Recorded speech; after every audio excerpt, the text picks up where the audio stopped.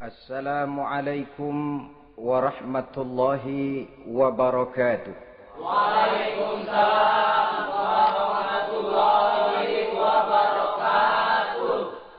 Bismillahirrahmanirrahim. Alhamdulillahi rabbil alamin. Wassalatu wassalamu ala asyrafil mursalin wa ala alihi wa ashabihil mujahidin at-tahirin, amma ba'du. Saudara-saudara kaum muslimin rahimakumullah. Sebagai kelanjutan dari pembicaraan kita tentang serial para nabi, maka pada pertemuan kali ini kita akan membicarakan riwayat tentang Nabi Sulaiman alaihi salam dan Ratu Balqis. Nabi Sulaiman adalah putra dari Nabi Daud alaihi salam, yang Nabi Daud ini merupakan keturunan yang ke-12 dari Nabi Yakub. Pada diri Nabi Sulaiman bertemu kebesaran dunia dan kebesaran akhirat. Ya, beliau seorang raja, ya, beliau seorang rasul. Ya, beliau seorang pemimpin agama. Ya, juga beliau adalah seorang pemimpin negara. Alangkah idealnya memang jikalau ulama menjadi umara, atau jikalau umara adalah seorang ulama. Dengan posisinya sebagai ulama, maka nilai kepemimpinannya terpelihara dari segala macam bentuk penyelewengan. Dan dengan kedudukannya sebagai umara, dia akan lebih efektif memberikan komando kepada rakyatnya untuk hidup melaksanakan perintah-perintah Allah. Tetapi oleh karena orang yang sekaligus jadi ulama dan umara termasuk jenis makhluk langka, maka agama hanya akan memberikan pesan agar yang bernama ulama dan umara saling bekerja sama untuk kemaslahatan dan kemanfaatan rakyat. Ulama adalah ulama, umara adalah umara. Jikalau keduanya bisa berjalan dan berdampingan dengan baik, rakyat akan jadi nikmat. Tapi kalau keduanya centang perenang, tentu rakyat akan jadi kiamat adanya. Ma'asyiral muslimin rahimakumullah. Mengapa figur Nabi Sulaiman adalah figur yang bertumpu kebesaran dunia dan akhirat? Kita lihat dari sejarah bahwa Allah memberikan mukjizat kepada para rasulnya biasanya sesuai dengan kecenderungan umat yang dihadapi pada waktu itu. Umat yang dihadapi Nabi Musa alaihi salam adalah umat yang senang kepada kegagahan, suka kepada bentuk badan yang kuat. Oleh karenanya mukjizat yang diberikan Allah kepada Nabi Musa berupa kekuatan, baik tongkat maupun tenaganya. Sebaliknya, umat di zaman Nabi Isa alaihi salam cenderung berbangga dengan kemahirannya di bidang ilmu kedokteran dan ketabiban. Maka mukjizat yang diberikan Allah kepada Nabi Isa adalah mukjizat yang bisa mengatasi semua itu, sehingga Nabi Isa dengan izin Allah bisa menyembuhkan orang yang kena penyakit kusta, belang, bahkan sampai bisa menghidupkan orang mati dengan izin Allah. Di zaman Nabi Muhammad sallallahu alaihi wasallam, kecenderungan umat kepada kemampuan bersyair, sehingga ketika itu yang dihargai adalah ujung tombak dan ujung pena. Ujung tombak dalam arti pahlawan perang, dan ujung pena dalam arti seniman dan penyair. Maka di antara mukjizat terbesar yang diberikan kepada Nabi adalah Al-Quranul Karim, yang keindahan gaya bahasanya tidak seorang penyair pun sanggup menandinginya. Di zaman Nabi Sulaiman alaihi salam, kebesaran dan kemegahan dunia, kekuatan dan kejayaan menjadi ukuran. Kita tahu bahwa Jalut yang dihadapi oleh Nabi Daud adalah seorang yang bertubuh besar dan gagah perkasa, yang dalam sejarah lebih kita kenal dengan nama Goliat misalnya. Maka tidak heran kalau mukjizat yang diberikan Allah kepada Nabi Musa merupakan mukjizat yang bertumpu antara kebesaran dunia dan kebesaran akhirat. sebagai raja dan juga sebagai nabi. Tetapi yang patut menjadikan pelajaran buat kita terhadap seluruh kebesaran yang diberikan itu, Nabi Sulaiman berkata, "Haza min fadli Rabbi liyabluwani aashkuru am akfuru." Semua ini, kekuasaan dan kebesaranku, kejayaan dan kekayaanku, adalah anugerah Tuhan untuk menguji diriku. Adakah aku menjadi bersyukur karenanya atau malah aku menjadi ingkar karenanya?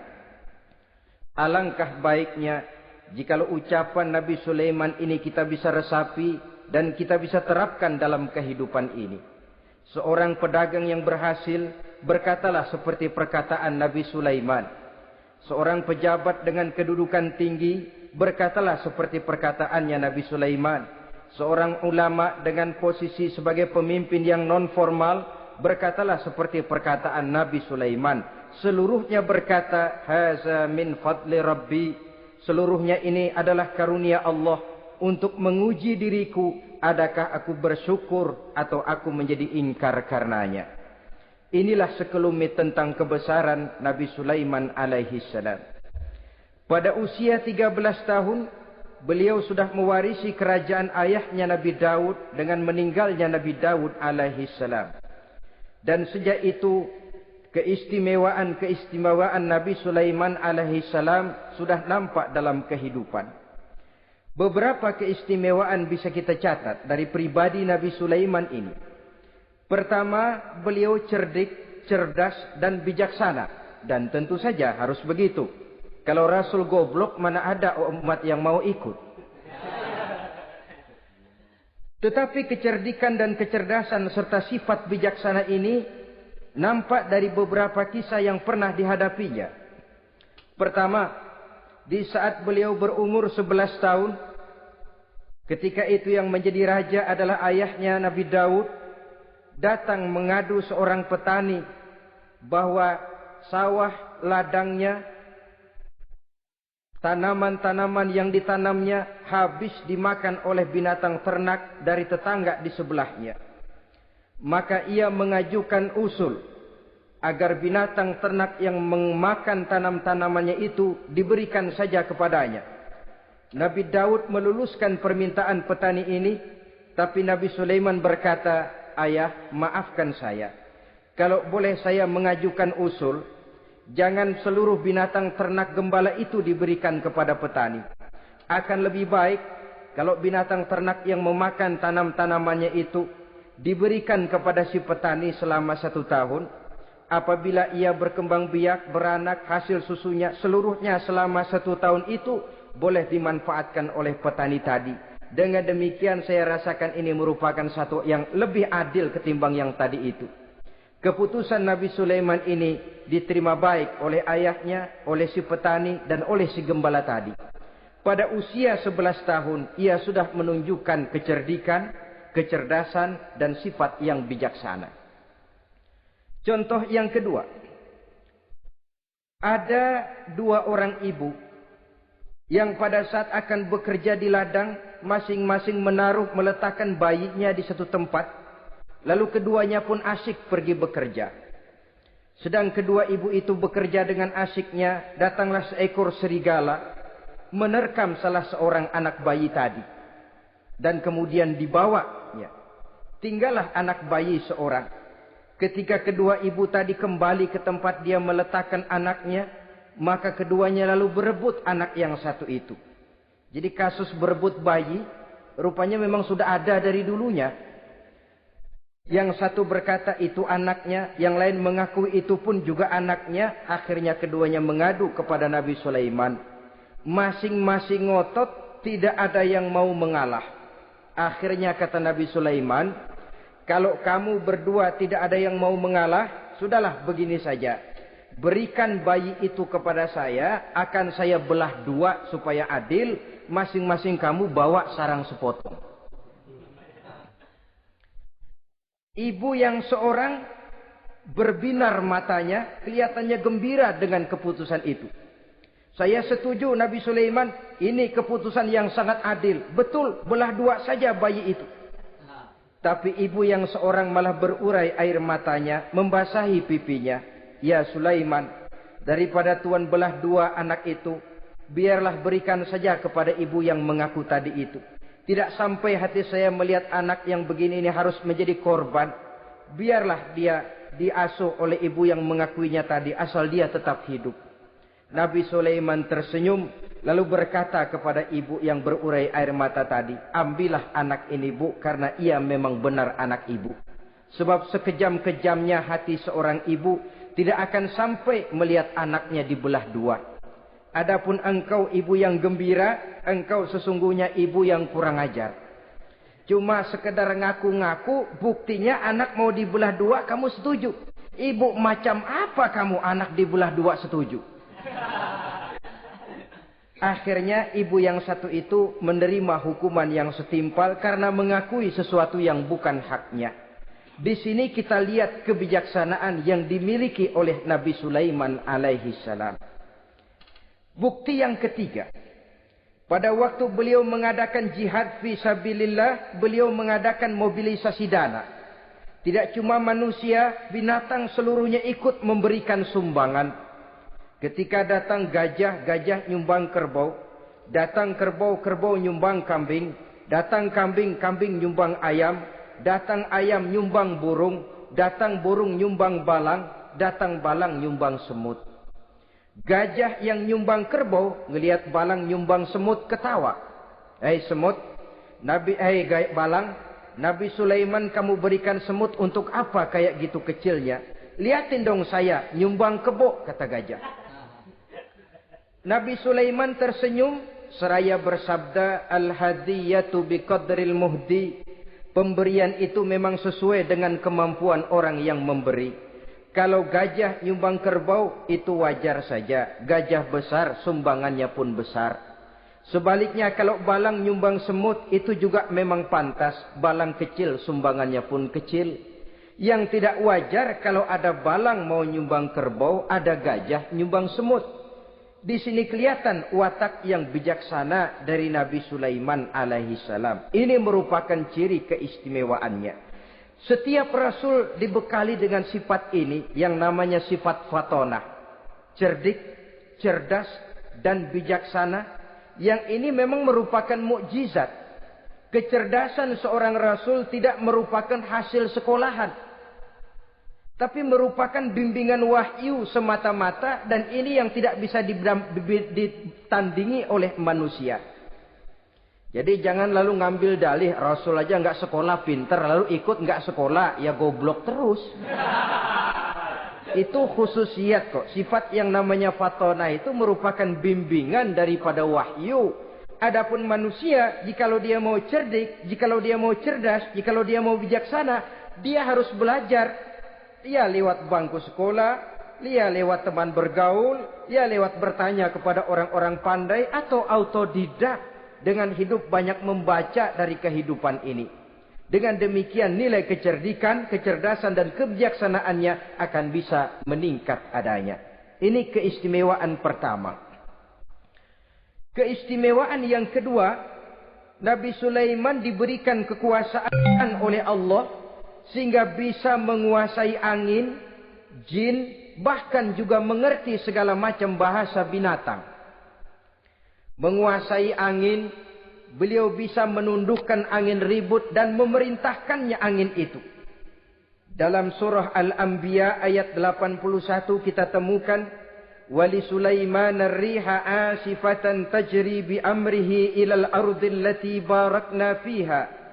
Dan bagi Sulaiman, ia mampu menundukkan angin ribut yang bertiup menurut perintahnya ke permukaan bumi yang kami berkahi di dalamnya. Menguasai angin, barangkali istilah sekarangnya, memahami betul meteorologi. Itu sebabnya mukjizat hanya diberikan kepada Rasul. Orang yang jiwanya sudah stabil. Coba kalau potongan kita diberikan keistimewaan bisa ngatur angin, Saban Sari main angin. Nggak boleh ada orang kita keselin. Kesel sama orang, undang angin, hantam saja. Maka mukjizat semacam ini hanya diberikan kepada orang yang jiwanya sudah stabil. Ada satu cerita, namanya juga cerita, tapi kebenarannya mendekati. Seorang wali di tanah Jawa, sholat Jumat di Masjidil Haram di Mekah itu. Namanya wali kalau di Jawa kan pakai belangkon. Dia sembahyang di Masjidil Haram. Ini ada orang Arab usil, tumben ngelihat belangkon. Ini apa di tengah masjid? Dia tepak belangkon itu. Miring di atas kepala. Begitu belangkonnya miring, tanah kayaknya ikut miring. Sehingga penduduk heran, ini apa tanah jadi miring begini? Lalu ada seorang wali juga yang alim dan mengerti. Lihat-lihat di tengah Masjidil Haram ada belangkon miring di atas kepala. Jangan-jangan ini sebabnya ini. Dia samperin, dia dananin lagi tuh belangkon rata. Tanah kelihatannya kayak rata lagi. Keistimewaan seperti ini pun hanya diberikan kepada orang yang jiwanya memang sudah stabil. Coba kayak kita diberikan keistimewaan kayak begitu. Main belangkon melulu. Saudara-saudara kaum muslimin rahimakumullah. Juga bisa menguasai jin. Memerintahkan jin. Dan juga mengerti segala macam bahasa binatang. Kita bisa lihat dalam surah As-Saba ayat 12 misalnya. Demikian juga tentang mengerti bahasa binatang. Pada satu hari Nabi Sulaiman dan bala tentaranya lewat di satu lembah. Lembah itu kebetulan lembah semut. Ketika mereka lewat di lembah itu, Raja Semut lihat dari kejauhan, dia pidato kepada rakyatnya para semut itu. Apa katanya? Ya ayyuhan namlu dukhulu masakinakum. La yahtimannakum Sulaiman wa junuduh. Wahum la yash'urun. Jadi ini Raja Semut melihat Nabi Sulaiman datang bersama seluruh bala tentaranya. Dia pidato kepada rakyatnya. Saudara-saudaraku rakyat semut. Di mana saja suara saya bisa didengar. Perhatian, perhatian. Ini Nabi Sulaiman mau liwat dengan seluruh bala tentaranya. Kamu semua supaya masuk ke dalam lubang kamu masing-masing. Sebab kalau kamu nggak masuk ke lubangmu masing-masing, akan diinjak oleh Sulaiman dan bala tentaranya. Sedangkan mereka tidak tahu kalau kamu kena injak. Masuklah semut itu seluruhnya ke dalam lubangnya masing-masing. Nabi Sulaiman senyum. Fatabassama dhahikam min qawliha. Mendengar ucapan Raja Semut ini, Nabi Sulaiman tersenyum. Lalu berkata, apa katanya? Rabbi auzi'ni an ashkura ni'mataka allati an'amta alayya wa ala walidayya wa an a'mala salihan tardahu wa adkhilni birahmatika fi ibadika salihin. Satu pengakuan yang tulus yang jauh dari watak kesombongan. Mendengar Raja Semut berkata semacam itu, beliau senyum lalu berkata, wahai Allah, tetapkan kiranya hati saya ini untuk selalu bersyukur terhadap nikmat yang Engkau karuniakan kepada saya. Karena nikmatku, nikmat yang Engkau berikan kepadaku, saya mengerti bahasa binatang. Karena mengerti bahasa binatang, saya mengerti seruan Raja Semut itu. Tetapkan saya untuk selalu bersyukur ya Allah atas nikmat yang Engkau berikan ini, atas nikmat yang Engkau berikan kepada kedua orang tua saya, dan tetapkan saya untuk selalu melakukan amal soleh yang Engkau ridhoi, dan masukkan saya ke dalam golongan hamba-hambamu yang soleh. Satu pengakuan yang tulus, yang jauh dari sifat kesombongan. Mungkin kalau sombong yang lahir, begitu dengar Nabi Sulaiman bahwa semut ngomong begitu, beliau akan berkata, iya masuk ke buruan. Tapi kan tidak. Malah beliau perintahkan bala tentaranya, pasukan berhenti. Ada apa Nabi Sulaiman? Di depan kita ada kerajaan semut. Mereka lagi kocar-kacir masuk ke sarangnya masing-masing. Tunggu sampai mereka masuk dan kita bisa lewat dengan aman tanpa harus menginjak-injak mereka. Bala tentaranya di stop dan berhenti. Ternyata kebesarannya tidak menyebabkan ia lalu memandang remeh sampai kepada makhluk yang bernama semut sekalipun. Masih tetap dihargainya sebagai makhluk dari Allah Subhanahu wa ta'ala. Sesuatu yang perlu menjadi contoh kita semua. Sebab orang bilang kadang kacang sering lupa akan kulitnya. Kadang posisi kita yang tinggi menyebabkan kita lupa dari mana kita berasal. Kadang harta yang kita miliki menyebabkan kita lengah dari mana kita datang. Akhirnya yang timbul adalah sifat sombong dan angkuh. Ibarat kata orang, kacang lupa dengan lanjarannya. Ma'asyiral muslimin rahimakumullah. Ini kebesaran dan keistimewaan yang diberikan Allah kepada Nabi Sulaiman alaihi salam. Apa yang perlu kita jadikan tamsil dan ibarat dari kebesaran ini? Saudara-saudara kaum muslimin rahimakumullah. Keadilan sebagai umara yang berpadu dengan kebijaksanaan sebagai ulama. Satu hari seorang sahabat bertanya kepada Rasulullah sallallahu alaihi wasallam. Ya Rasul, kalau pada satu saat ajal merenggut Tuhan berlalu meninggalkan kami sekalian, kita berpisah untuk selamanya ya Rasul. Dalam kondisi semacam itu, azahrul ardi khairul lana ambatniha. Mana yang lebih baik ya Rasul buat kami kalau sudah ditinggalkan oleh Tuhan? Permukaan bumi atau perut bumi yang lebih baik? Ini pertanyaan dengan bahasa kinayah. Permukaan bumi maksudnya hidup. Perut bumi maksudnya mati. Orang kalau sudah masuk ke perut bumi kan habis. Ya Rasul, kalau engkau sudah tidak ada meninggalkan kami semua, mana yang lebih baik buat kami, hidup atau mati? Bukan main pertanyaan ini. Di satu sisi menggambarkan cintanya sahabat kepada Nabi. Sehingga kalau tidak bisa mati bersamaan, biarlah mati beriring saja. Di lain pihak juga mencerminkan bingungnya sahabat kalau sudah ditinggalkan oleh Rasul. Atas pertanyaan ini, apa jawab Rasul? Kamu enggak usah khawatir. Walaupun aku sudah tidak ada, kembali ke hadratullah azza wa jalla, meninggalkan kamu semua, kamu tidak usah bingung. Dengan syarat, idza kana umara'ukum khiyarukum wa amrukum syura bainakum wa aghniyaukum askhiyaukum fa zahrul ardi khairul lakum min batniha. Kalau saja para umara, kalau saja pemimpin-pemimpin kamu adalah orang-orang yang terbaik di antara kamu, dan seluruh persoalan yang kamu hadapi dapat kamu musyawarahkan dengan baik, lalu orang-orang kaya di antaramu adalah orang-orang yang dermawan, ketika itu walaupun aku sudah tidak ada, hidup lebih baik daripada mati. Permukaan bumi lebih baik daripada perut bumi. Dengan catatan 3 tadi. Pemimpinmu orang yang terbaik di antara kamu. Segala persoalan kamu musyawarahkan. Dan orang kayamu orang dermawan. Walaupun aku tidak ada, hidup lebih baik daripada mati. Tapi sebaliknya kata Nabi, idza kana umara'ukum syirarukum. Kalau umarokmu, pemimpin-pemimpinmu adalah orang-orang yang terjahat di antara kamu. Wa amrukum ala nisaikum. Dan segala urusanmu sudah diatur oleh perempuan. Walaupun dia tidak naik di bidang eksekutif, tidak memegang kekuasaan. Tapi kekuasaan bayangannya jauh lebih menentukan daripada kekuasaan yang sesungguhnya. Kalau perempuan sudah ikut campur mengaturmu, kemudian wa askhiyaukum bukhalaukum.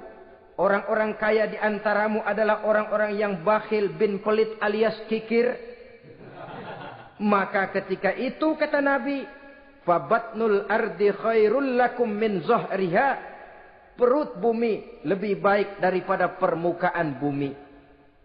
Apa yang bisa diharapkan dari pemimpin yang zalim, perempuan yang sok kuasa, dan orang-orang kaya yang bakhil dan pelit? Dalam kondisi semacam itu, bertemulah kita dengan yang bernama kiamat. Dan kalau sudah kiamat macam itu, kata Nabi, perut bumi lebih baik daripada permukaan bumi. Maka yang kita perlukan sekarang adalah kerjasama antara ulama dengan umara. Ulama bukan umara, umara pun bukan ulama. Harus saling kerjasama dan jangan saling memperalat. Kerjasama menurut bidangnya masing-masing menjadi yang terbaik di bidangnya. Jangan sudah jadi kiai karena ingin berpartisipasi aktif lalu pindah jadi pemborong jembatan. Tidak sadar akan profesinya. Dan orang lalu tidak bisa berkata, apaan kiai mubalik bisanya cuma ngomong saja. Sekarang kan zaman pembangunan perlu karya nyata. Mana ada ustadz kiai mubalik bikin irigasi. Cuma pidato saja. Apa kemiskinan bisa diatasi dengan pidato? Ini juga orang tidak ngerti urusan.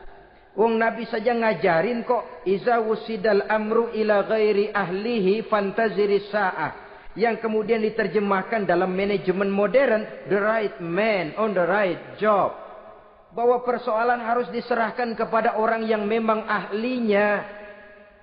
Lah kalau kiai ngurus irigasi, apa nanti lurah mau ngajar fikih? Camatnya ngajar tafsir. Kacau jadinya. Makin ruwet jalur birokrasi, makin banyak orang meninggalkan profesi dan malah melaksanakan sesuatu yang bukan profesinya. Untuk memberesi keruwetan birokrasi termasuk diantaranya menanamkan kesadaran profesi yang menimbulkan kebanggaan dan kebanggaan yang membuahkan tanggung jawab terhadap profesi itu. Sebab orang kalau sudah bekerja menurut profesinya, walaupun tidak kaya, tapi hidupnya tenang. Kenapa? Karena panggilan jiwanya.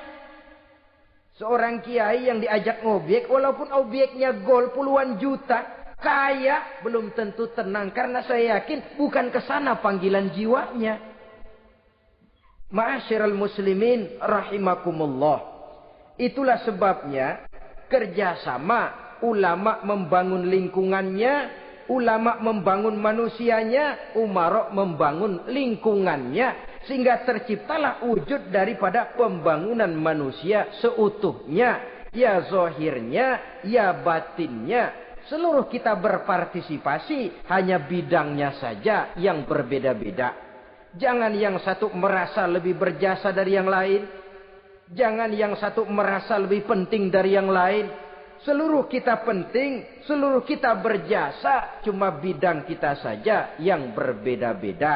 Inilah bahasa Quran. Kullun ya'mal ala syakilatih. Setiap orang bekerja menurut profesinya masing-masing. Ma'asyiral muslimin rahimakumullah. Kita kembali kepada riwayat Nabi Sulaiman alaihi salam. Satu hari ketika beliau sedang menginspeksi pasukan, berkumpullah pasukan beliau itu, ya tentara yang manusianya, ya pasukan jinnya, ya seluruh binatang-binatangnya berbaris. Beliau selaku inspektur upacara mengadakan inspeksi pasukan. Dari sekian pasukan-pasukan yang diperiksanya pada waktu itu, Nabi Sulaiman melihat tidak terdapat burung hudhud. Beliau bertanya-tanya, "Ma liya aral hudhuda am kana minal ghaibin?" Kemana burung hudhud? Orang lain pada kumpul, dia sendiri tidak ada. Awas kalau dia datang. Kalau dia tidak bisa memberikan alasan yang tepat kemana dia, akan saya berikan sanksi dan hukuman. Ini namanya pemimpin yang bertanggung jawab toh. Seorang pun dari yang dipimpinnya tidak ada, menjadi pertanyaan. Tidak lama kemudian datang burung hudhud. Begitu datang lalu memberikan laporan kepada Nabi Sulaiman. Kalau istilah sekarang, begitu dia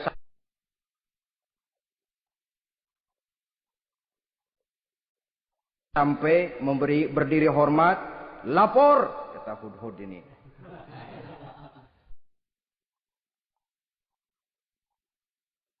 Bagaimana hudhud? Maaf Tuan Raja, saya terlambat. Iya, kenapa terlambat? Patroli Tuan Raja. Kemana saja kamu patroli? Keliling. Lalu apa hasilnya?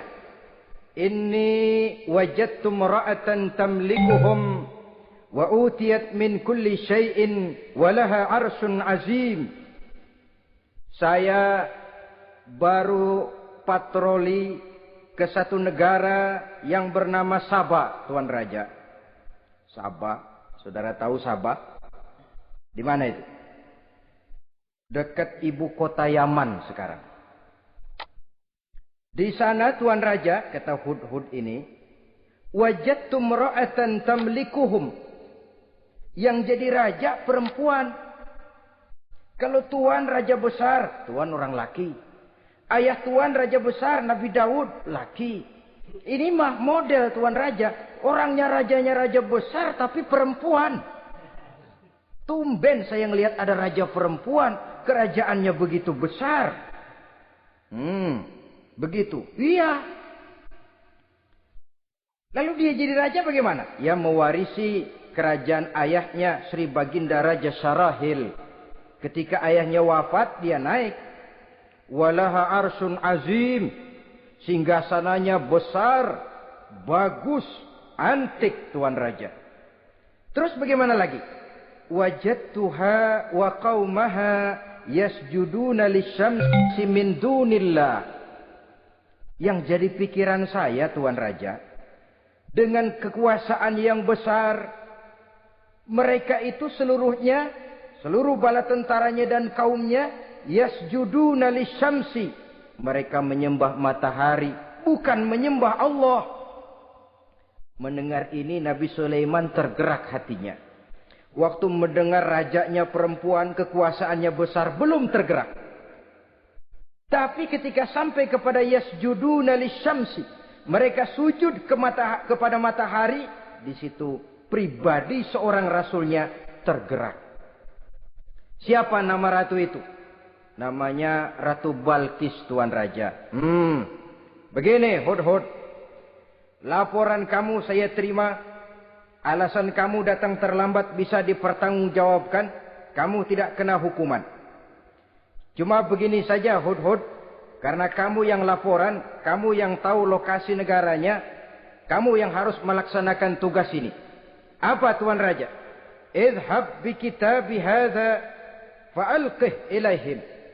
Kamu berangkat lagi ke negeri Sabah, bawa surat saya, berikan kepada mereka. Thumma tawalla anhum. Kemudian kamu berpaling dari mereka, tapi jangan pulang. Fanzur madza yarji'un. Lihat apa reaksi mereka setelah menerima surat ini. Baik Tuan Raja, baik. Nabi Sulaiman menulis sepucuk surat kepada Ratu Balkis. Dan surat itu dibawa oleh burung Hudhud tadi. Terbanglah si burung Hudhud ini ke negeri Sabah. Masuk ke istana Ratu Balkis. Dan surat itu jatuh di kamar Ratu Balkis. Diambil surat tadi. Kemudian dibaca. Apa isi suratnya? Innahu min Sulaiman. Wa innahu bismillahirrahmanirrahim. Alla ta'lu alayya. Wa'tuni muslimin. Surat ini dari Sulaiman. Bismillahirrahmanirrahim. Jangan kamu merasa lebih tinggi dari aku. Datanglah kepadaku dan masuk ke dalam agama Islam. Suratnya singkat, padat, ultimatum. Jadi enggak pakai bahasa kembang, enggak pakai bahasa basi, langsung kepada isi. Surat ini dari Sulaiman. Bismillahirrahmanirrahim. Jangan kamu merasa lebih tinggi dari aku. Datanglah kepadaku dan masuklah ke dalam agama Islam. Ini yang disebut dakwah langsung tanpa pakai kembang. Saudara-saudara, menerima surat semacam ini, Ratu Balkis lalu ngumpulin para pembantu kerajaan, aparat pemerintah lah zaman sekarang. Termasuk menteri-menteri. Dipanggil sidang darurat di istana Ratu Balkis membahas datangnya surat dari Nabi Sulaiman alaihissalam. Tuan-tuan para menteri, bagaimana Sri Ratu? Saya dapat surat. Dari mana? Dari Sulaiman. Katanya apa? Jangan kamu merasa lebih hebat dan lebih tinggi dariku. Datanglah kemari dan masuklah ke dalam agama Islam. Menurut pendapat tuan-tuan menteri, bagaimana surat ini? Apa kita penuhin permintaannya? Kita datang rame-rame masuk Islam? Oh, kata menteri, jangan dulu tuanku. Gengsi dong. Kita ini kan kerajaan besar. Tentara kita gagah. Masa mau menyerah tanpa syarat? Soal nanti kita kalah atau menang itu soal lain, Tuan Perdana Menteri, Tuan Ratu. Tapi bahwa kita punya harga diri itu harus kita tunjukkan lebih dulu. Jadi menurut Tuan Menteri bagaimana? Kami sih nunggu komando Tuan Putri saja. Artinya kalau boleh perang saja. Cuma mau duluin takut dikira nyelongcong. Kami sih gimana komando Tuan Ratu saja. Tuan komandokan berangkat, kami segera berangkat. Terserah Tuan Putri, kami seluruhnya loyal, taat dan setia menunggu titah dari Sri Paduka Ratu. Terima kasih para menteriku. Soal kesetiaanmu saya tidak meragukan. Tapi perang dimanapun selalu membawa kerugian. Kita menang rugi, tentu jatuh korban. Apalagi kalau kita kalah. Dan raja-raja yang mengalahkan negeri-negeri lain selalu membawa kehinaan kepada negeri yang dikalahkannya. Jadi bagaimana? Sekarang begini saja. Kita ambil jalan tengah. Lalu diplomasi dulu. Diplomasi macam apa Tuan Ratu? Kita kirim utusan kepada Nabi Sulaiman. Dari sana nanti kita lihat reaksinya. Saya memang selama ini sudah dengar siapa itu Nabi Sulaiman. Katanya orangnya masih muda, masih bujangan, bijaksana, kekuasaannya besar, tentaranya hebat. Cuma kan baru berita. Kita cek. Jadi diplomasi macam apa Tuan Ratu? Kita kirim utusan kepada Raja Sulaiman. Kita bawakan hadiah-hadiahnya. Yang mahal-mahal, mewah-mewah, menarik. Pokoknya yang terbaik di negeri kita berikan kepadanya. Lihat reaksinya. Kalau dia tergiur dengan hadiah itu, dia raja. Bukan nabi. Tapi kalau dia menolak hadiah itu, dia memang nabi. Dan apa reaksi kita nanti tergantung sikap Nabi Sulaiman. Aha, kalau begitu setujulah Ratu. Itu memang bijaksana. Diplomasi dulu. Iya, jangan datang-datang main perang aja loh. Perang sih gampang. Tapi ini kan ada meja perundingan. Sepanjang masih kita bisa menempuh jalan damai, damai saja dulu. Baik. Maka diaturlah satu barisan diplomasi untuk menuju Palestina, kerajaan Nabi Sulaiman alaihi salam. Rombongan terdiri dari 500 orang laki-laki dan 500 orang perempuan. Yang laki ganteng, yang perempuan cantik. Yang laki dikendarai dengan kuda-kuda pilihan dan yang perempuan dikendarai dengan keledai-keledai pilihan. Kuda dan keledai pun dihiasi begitu rupa. Pelanaknya yang terbagus dilapis dengan sutra. Sedangkan bawaan-bawaannya tidak lain daripada intan, berlian, mutiara, jamrud, yakut, kesturi. Yang dilapis dengan sutra tenun yang asli. Pendeknya hadiah yang serba wah. Dan rombongan ini dipimpin oleh seorang diplomat ulung dari negeri Sabah. Bernama Munzir bin Amru. Ini ahli diplomasi dari negeri Sabah. Dipesanlah oleh Ratu Balkis, kalau datang nanti kamu ke negeri Sulaiman, sikapmu harus begini, begini, dan segala macam. Ditatar dulu. Sebab ini mau diplomasi tingkat tinggi. Baik, Sri Ratu. Nah, sudah mendengar perundingan ini, burung hudhud pulang ke negeri Nabi Sulaiman. Apel lagi, lapor Tuan Raja. Bagaimana hudhud? Sikapnya mereka akan mengutus utusan dengan membawa berbagai macam hadiah untuk datang ke negeri kita. Baik. Nabi Sulaiman kumpulkan tentaranya, terutama para jin. Hei tentaraku, khususnya kalian para jin.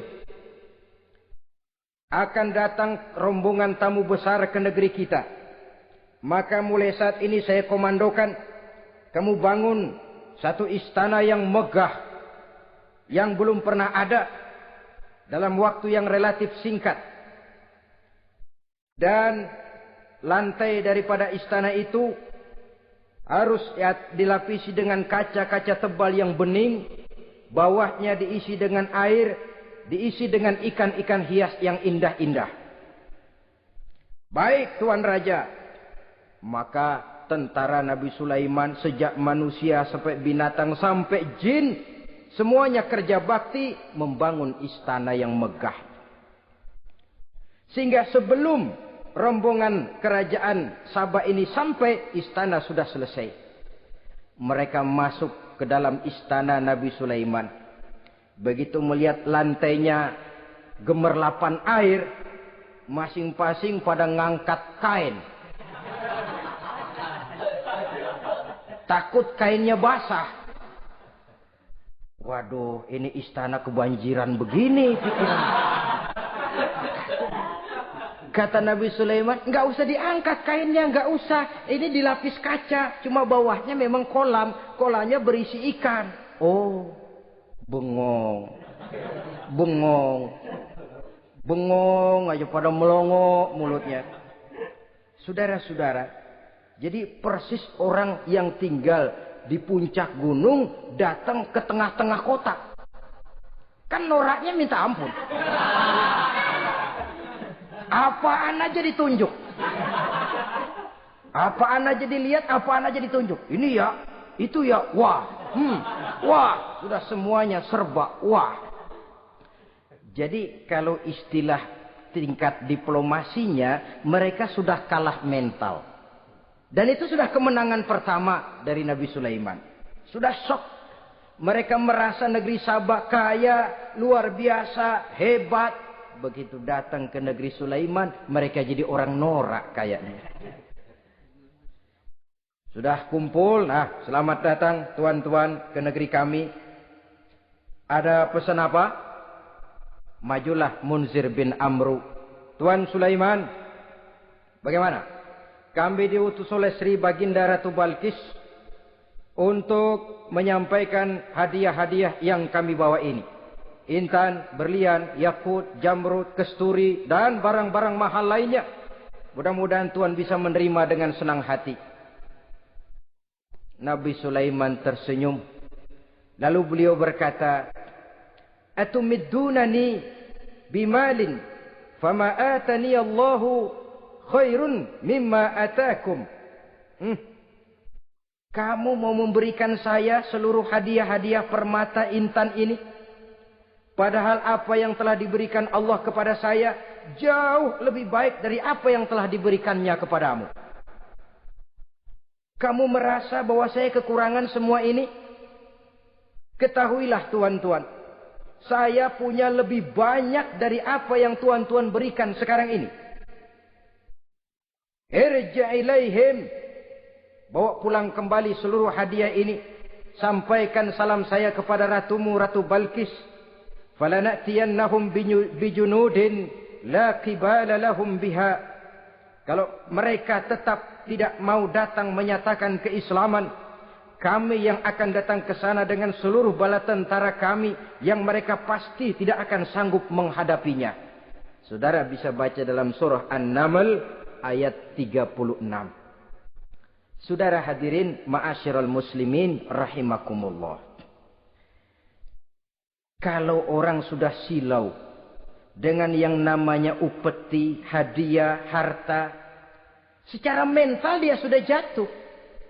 Andai kata ketika itu Nabi Sulaiman menerima seluruh hadiah tadi, maka misi kerasulannya tidak akan jalan.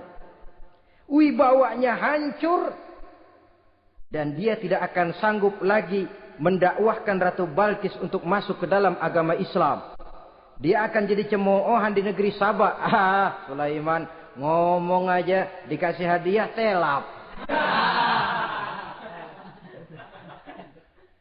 Nah, ternyata ada yang lebih mahal dari harta. Ada yang lebih mahal dari intan dan mutiara. Ada yang lebih mahal dari pangkat dan kedudukan. Apa dia? Harga diri. Dan itu yang langka sekarang ini. Lebih baik jalan kaki tapi kita bebas mendongakkan kepala kemanapun kita mau. Daripada naik mobil empuk tapi mata nunduk saja nggak berani lihat ke atas. Kehilangan harga diri. Ulama yang kehilangan harga diri akan menyelewengkan ayat. Pejabat yang kehilangan harga diri akan melakukan segala macam penyelewengan. Dan lain sebagainya. Harga diri sesuatu yang mahal. Terutama di kota-kota besar, kota-kota yang menyandang gelar metropolitan, biasanya harga diri ini sudah tidak dihiraukan orang lagi. Cuma untuk uang yang relatif kecil, cuma untuk kedudukan yang temporer, orang tidak segan-segan mengorbankan sesuatu yang paling mahal yang bernama harga diri. Akhirnya suap merajalela, sogok menjadi-jadi, semir pun menjamur. Bahkan malah kadang-kadang jadi target. Sehingga ada pernah berita jabatan wakil gubernur katanya dikomersilkan. Siapa yang bisa memberikan sekian puluh juta dia akan naik. Ini kalau sudah begini ya salam. Orang itu kalau memperoleh satu jabatan karena mengeluarkan banyak uang, percayalah saudara, begitu dia naik ke jabatan itu, langkah pertama yang dia lakukan, bagaimana supaya uangnya bisa kembali. Bukan bagaimana bekerja sebaik-baiknya. Bukan bagaimana mensejahterakan rakyat sebaik-baiknya. Karena dia merasa naik jabatan banyak mengeluarkan uang, setelah dia naik, gimana supaya pulang modal dulu. Lebihnya kalau ada, baru bekerja buat rakyat. Itu pun kalau nggak keburu pensiun. Kadang-kadang malah lebih celaka lagi kalau sudah mau pensiun baru bikin pemutihan. Wah saya baru rajin iktikaf di masjid, pergi haji. Kenapa? Udah pensiun.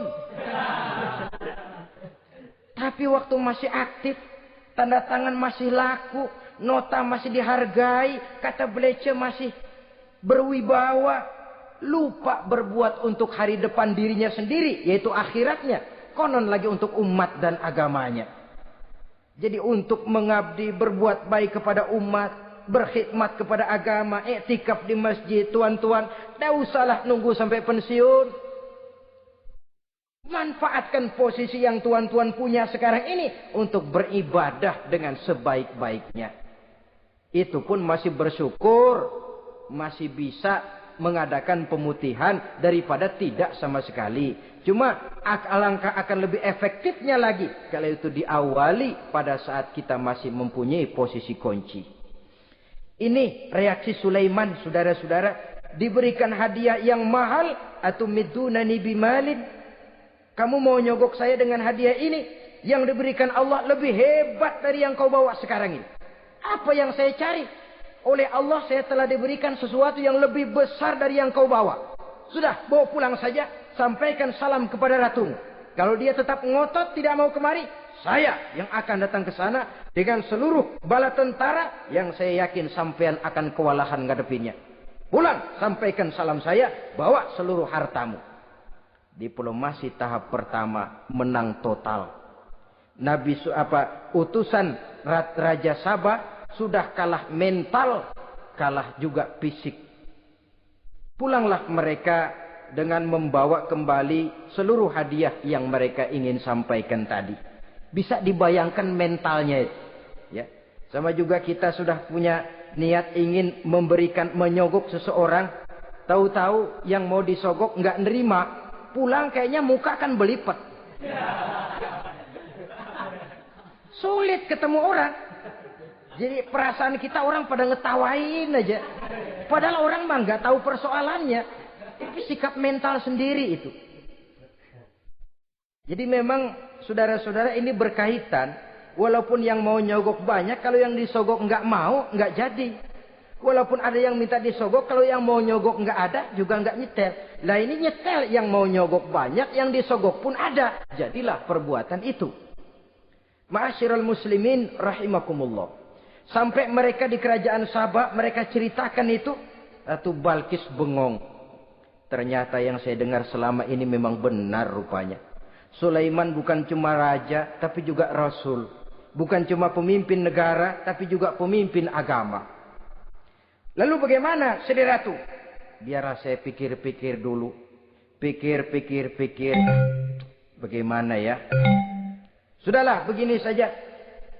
Kita sekarang berangkat ke negeri Nabi Sulaiman. Saya yang akan langsung memimpin rombongan. Ada 2 tujuan Ratu Balqis sebenarnya. Tujuan pertama ingin melihat dengan mata kepala sendiri kebesaran Sulaiman yang selama ini dia cuma dengar beritanya saja. Yang kedua, ada udang di balik batu. Kalau setelah Nabi Sulaiman nanti melihat kecantikan Ratu Balqis ini, dia bisa fly. Nah, istilah anak sekarang, dia bisa fly. Nah, siapa tahu kan karena kecantikannya Nabi Sulaiman lalu jatuh hati. Dan Dewi Amor pun bicara. Nanti bila mata bertemu mata, bibir ikut senyum, hati berdetak. Maka terjadilah magnet-magnet saling bersentuhan. Percintaan tingkat tinggi. Kan lumayan dapat suami, dapat pacar seorang raja besar. Jadi dengan harapan ini berangkatlah Ratu Balqis ke negeri Nabi Sulaiman. Hud lapor lagi. Lapor.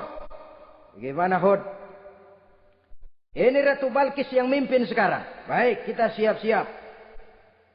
Begini saja, kata Nabi Sulaiman.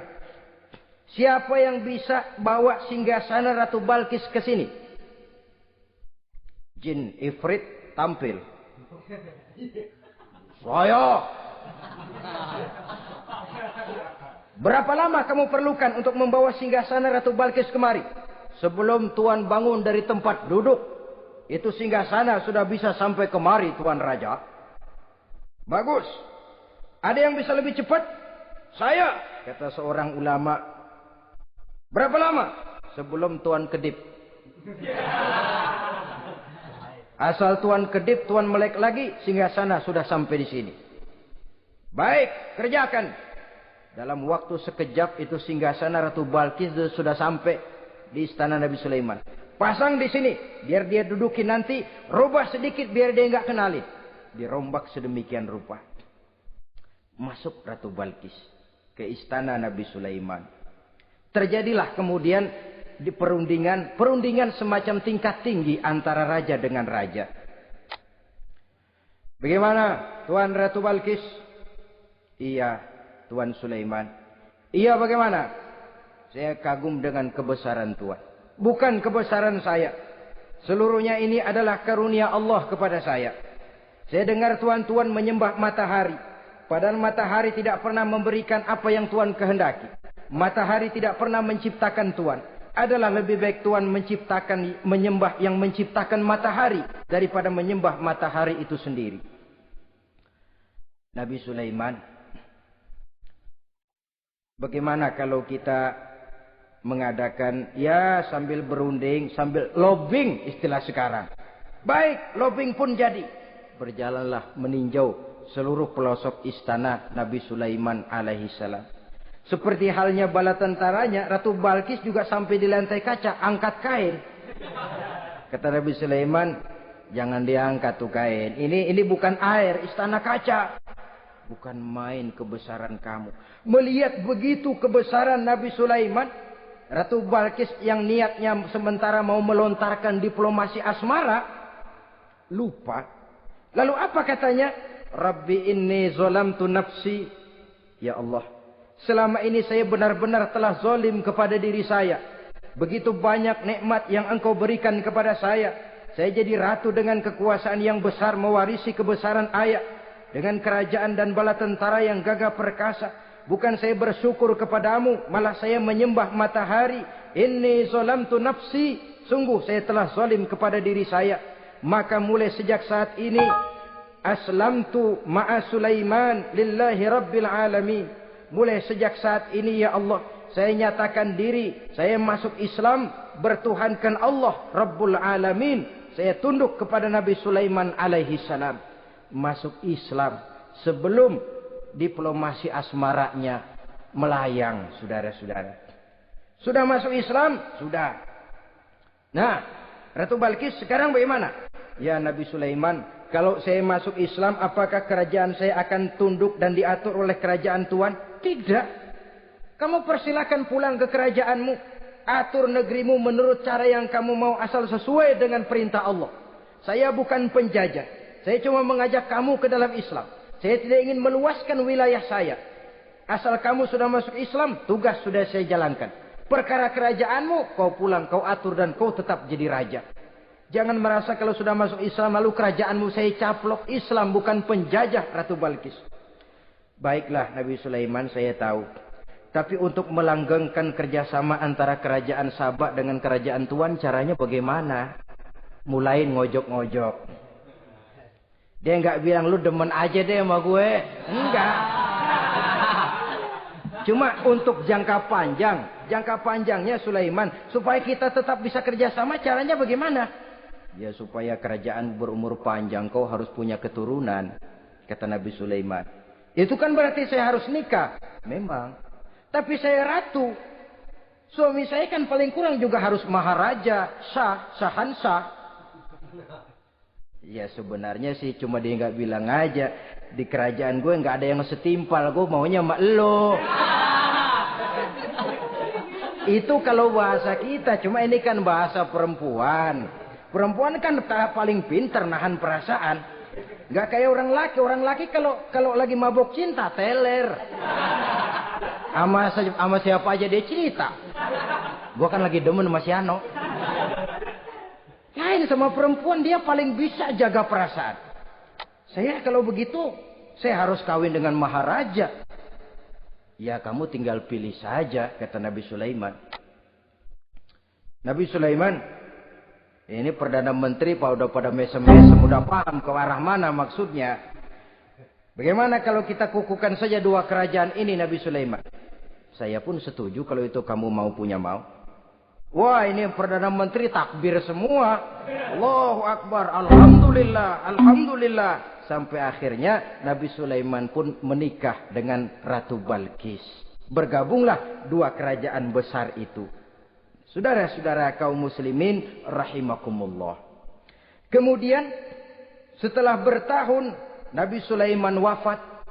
Tidak seorang pun tahu karena beliau wafat sedang pegangan tongkat. Ketika tongkat dimakanin rayap, rapuh, baru beliau jatuh. Orang tahu kalau Nabi Sulaiman sudah wafat. Menurut riwayat beliau wafat itu sedang sholat. Karena sholat Nabi Sulaiman cuma diri saja. Tidak pakai ruku dan sujud. Menurut riwayat lain beliau sedang memandori jin dan tentaranya yang sedang kerja. Begitulah wafat beliau. Kita bisa baca dalam surah Saba ayat ke-14.